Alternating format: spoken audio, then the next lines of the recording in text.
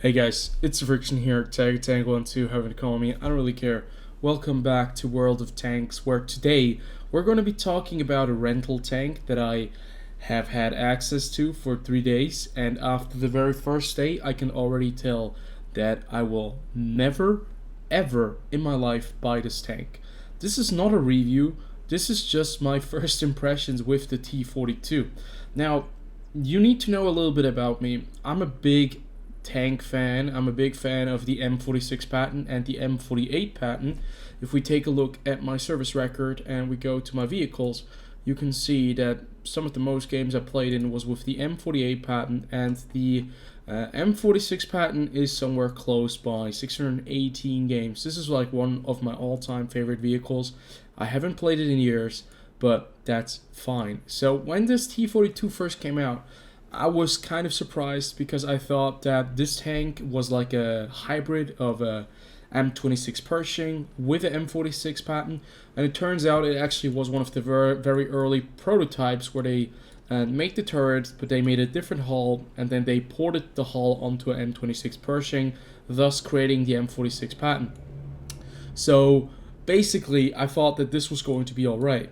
Unfortunately, it is not. There are several reasons for that, and I wanted to talk about them real quick because you guys might have this tank, and I'm really interested in seeing and hearing what your thought is or what your thoughts are on the T42, because one of the main things that really bugs me about this tank, since it's pretty much one of those newer premium tanks that came out 2 years ago, it actually only has 190mm standard penetration with its AP shell. And the AP shell that we can take a look at, and the APCR shells, they're from different worlds.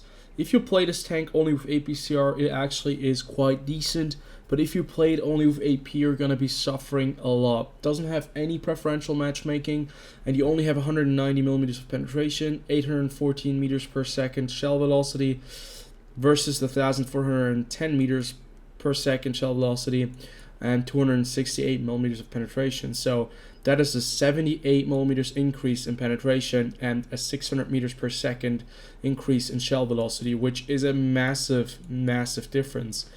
Other than that, the tank is fairly accurate. It has great aim time, 10 degrees of gun depression. Can't really complain too much about that. The rate of fire is also okay. The average damage for a 90mm gun at 280 is fine, but you know, if I just look at this, it just really sucks. This is the biggest problem for me right there. Then we're moving on to the survivability. You guys know I know the M46, so I'm not expecting too much from the hull armor. It's the same kind of armor that you have on the M46. Angling is pretty terrible. Anything is gonna go through. You only have 1350 HP, which also does have quite a big impact on the way you play. And the turret armor is quite shocking. I do not remember the M46 Patton having a turret being that bloody weak. 260 millimeters of frontal turret armor. If we take a look at the upgraded version of the M46 turret, we can actually see it's the exact same strength. So basically anything goes through your cheeks, anything goes through like your gun mantle. Everyone is firing gold, so basically your turret armor almost never holds up in tier 8 and 9 battles. And I've noticed that so often, and basically it makes this tank pretty useless on a ridgeline. Unfortunately, that's the case. There are too many weak spots on it, and thus, yeah, one of the main good things about this tank kind of drag this down. Then, this tank doesn't weigh a lot, 35 tons max, but its engine power is horrendous. 500 horsepower on this vehicle. The top speed is great, 51.5 kilometers per hour top speed for American tier 8 medium tank. That's quite fast. But having a specific power to weight ratio of only 14.8 horsepower per ton is horrendous. So basically, you need to be running turbocharger to get more engine power to get this tank up to speed. But unfortunately, I just think that it's not worth it.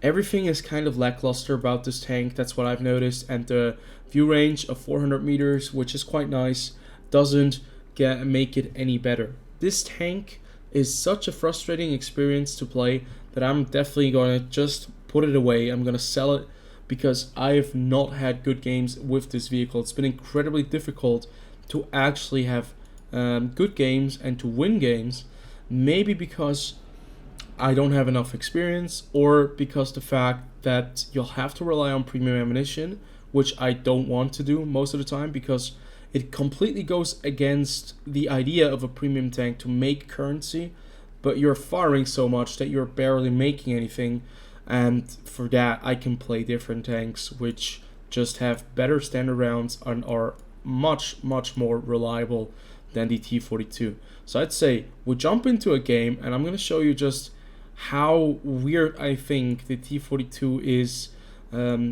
as a tier 8, and it kind of worries me about my M46 Patton, because I want to play this tank again. I thought I bought it, but I want to actually try this bad boy out again with the fully upgraded load, and I want to review it because I haven't played this tank in over, it must have been at least 7 years or 8 years. At least you can see the specific power to weight ratio is a lot better on this one than on the tier 8. So you're going to be reaching the 48 kilometers per hour top speed mark way quicker than you're going to be doing with the T42. Spotting wise, it's also better. Survivability wise, well, at least you have more hit points. But average penetration is still quite bad.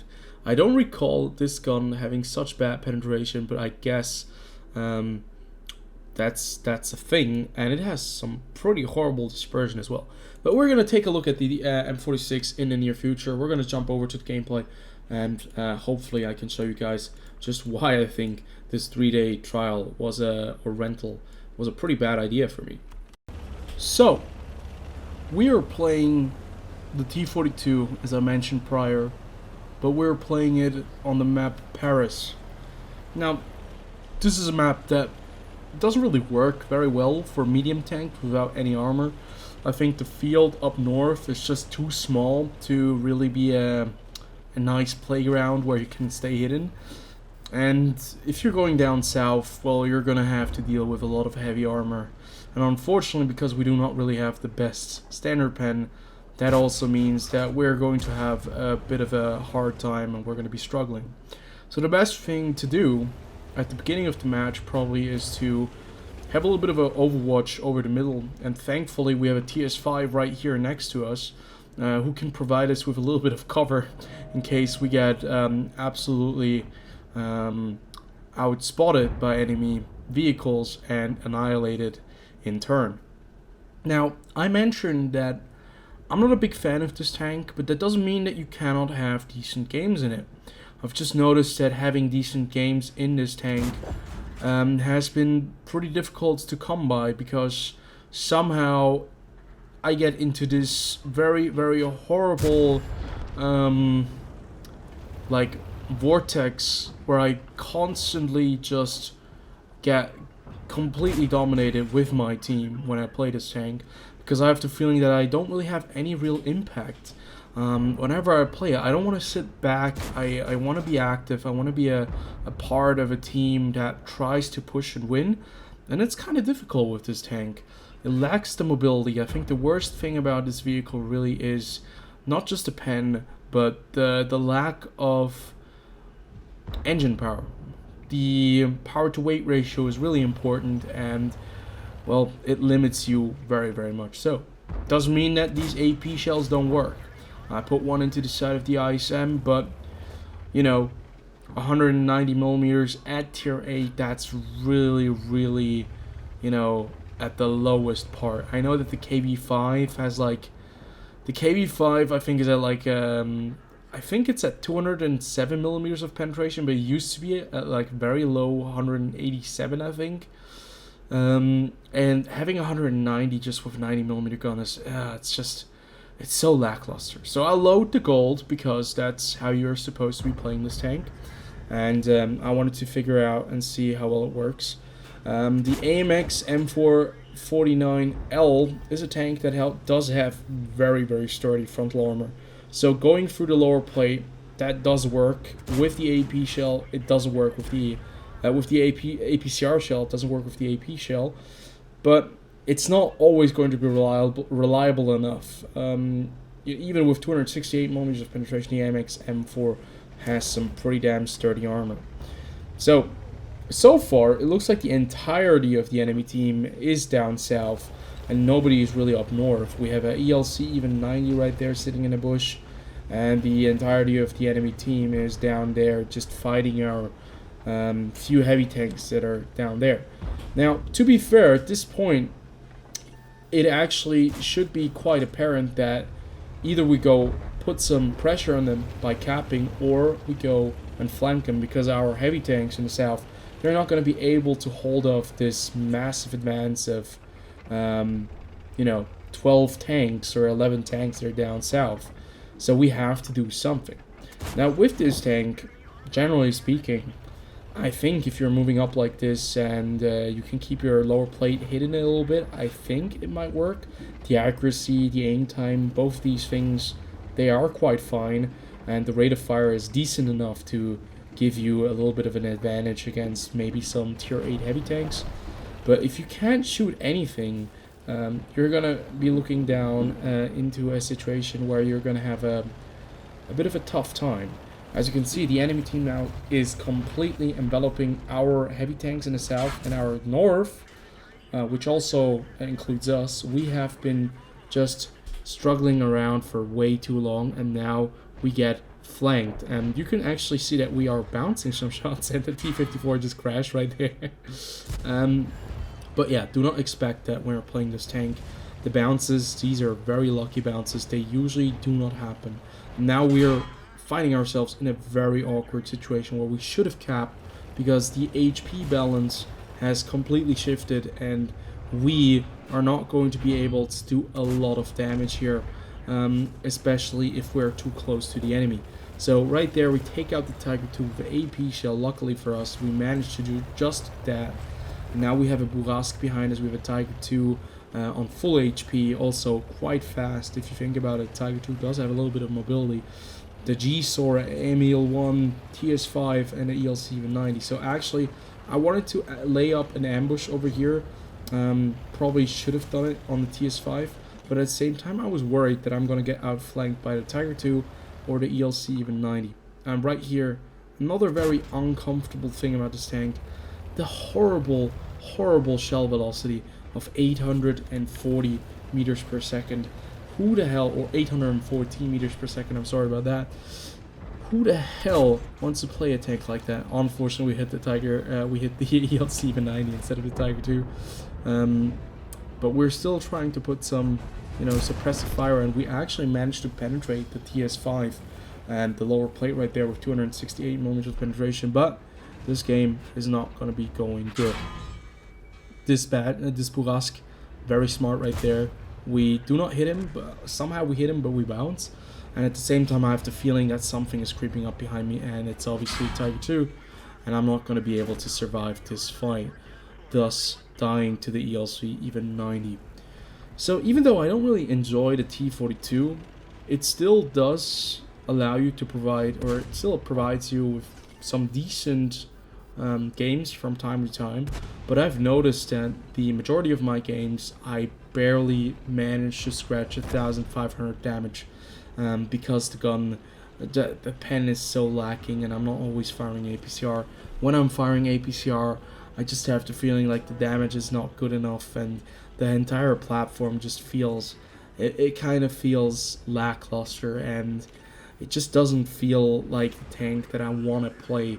And unfortunately, I'm not really sure, but since it is like a prototype of the M46 Patton, I'm worried that the M46 Patton is kind of like this still. But I've looked into the stats. I don't think that the M46 Patton is almost the same. It is close to it, because the standard pen is also quite horrendous at tier 9 with 218 millimeters of penetration.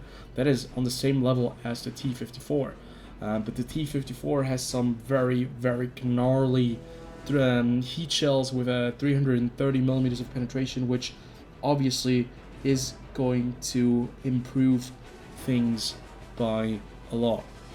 So generally speaking, I think, yeah, that the T-42 is just thankfully I was able to try it out. I wasn't going to buy it either way, but I wanted to try it out as a rental, and I just think that as a rental, even, it was so boring. It was one of the most boring tanks I played, one of the most underwhelming tanks I played in a long time. A very lackluster platform that just doesn't really feel very nice, and it is a terrible premium tank to boot.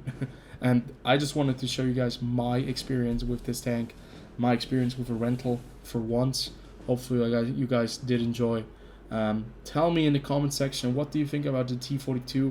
Are there other premium tanks that you think that are absolutely lackluster? Because this is certainly one of them.